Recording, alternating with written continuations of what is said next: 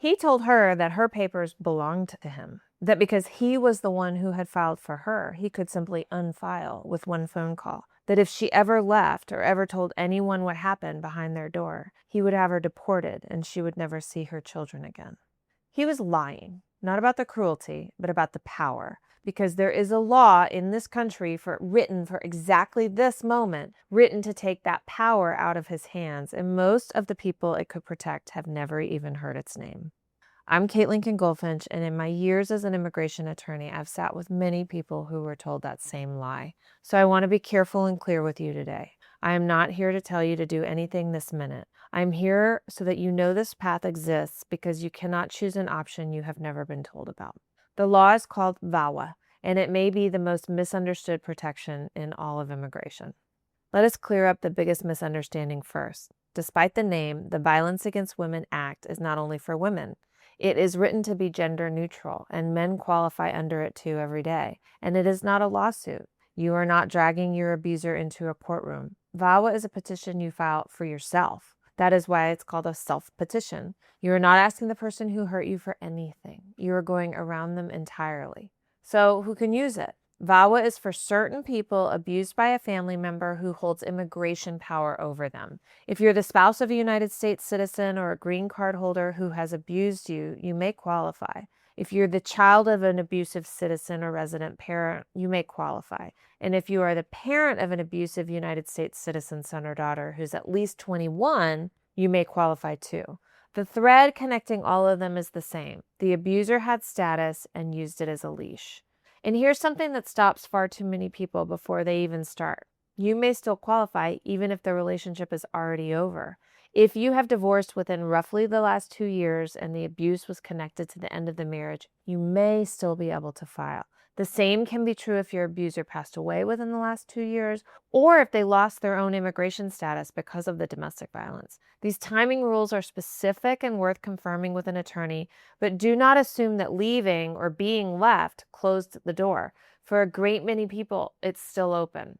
Now, here's the part that changes everything, and it is the reason this law is built the way it is. You file without the abuser's knowledge. You do not need their consent. You do not need their signature. You do not need them to cooperate or to even know it's happening at all. For someone who has been told for years that their entire life sits in another person's hands, that single fact can feel impossible to believe. So let me say it plainly. You do not need their permission or even their knowledge. The form has a name, Form I-360, and it is yours to file quietly on your own. Let me talk about what actually counts as abuse, because this is where people wrongly rule themselves out. Abuse under this law is not only broken bones, it is battery or extreme cruelty. And extreme cruelty is broad on purpose. It includes emotional and psychological abuse. It includes control and intimidation, cutting you off from your family, threats meant to keep you afraid. And yes, it includes exactly the thing at the start of this video. Using your immigration status as a weapon, holding your papers over your head, threatening to call immigration if you step out of line. That is not a gray area. That kind of control is precisely the harm this law was written to recognize. What about proof? Here is the relief for anyone who believes they could never document what happened privately. The standard is any credible evidence. That means your own written statement, telling your story in your own words, carries real weight. Police reports, medical records, and court papers help if they exist, but so do photographs, text messages, letters from people who saw how you were treated, and records of a shared life together if it's a marriage case. You do not need the perfect file. You need the truth, told credibly. And what does it lead to? Early on, the government can issue what's called a prima facie determination, a first look that says your case appears to have merit, and that alone can open the door to certain support while you wait. And once your petition is approved, you become eligible to apply for work authorization, the legal right to hold a job in your own name. And for many people, VAWA becomes a path toward a green card and lawful permanent residence. I want to be honest that every case is different and nothing here is a guarantee, but this is a real road that real people walk towards safety and stability. Now, the promise I made to you at the start, the part I most need you to hear. The man at the beginning of this video believed his threat gave him power. Here's why he was wrong. There is a federal confidentiality law, and it protects you in two enormous ways. First, the government is prohibited from sharing your information about your VAWA case with your abuser. They are not allowed to tell him you filed.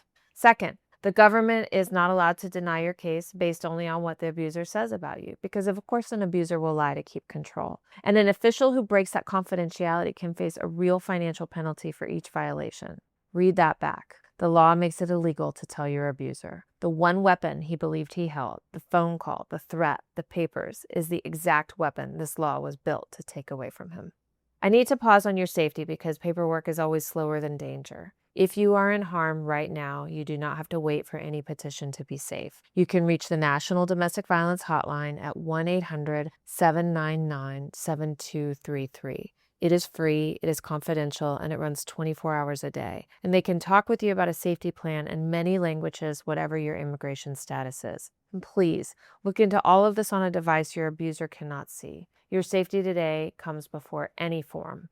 So let's go back to the woman we started with. When she finally learns the truth, everything shifts. The phone call he swore he would make would not have erased her the way he claimed. The papers were never only his. She files her petition without him ever knowing, tells her own story in her own words as her evidence, and the law keeps her file out of his reach. The man who spent years telling her that her life was in his hands turns out to have been holding nothing at all.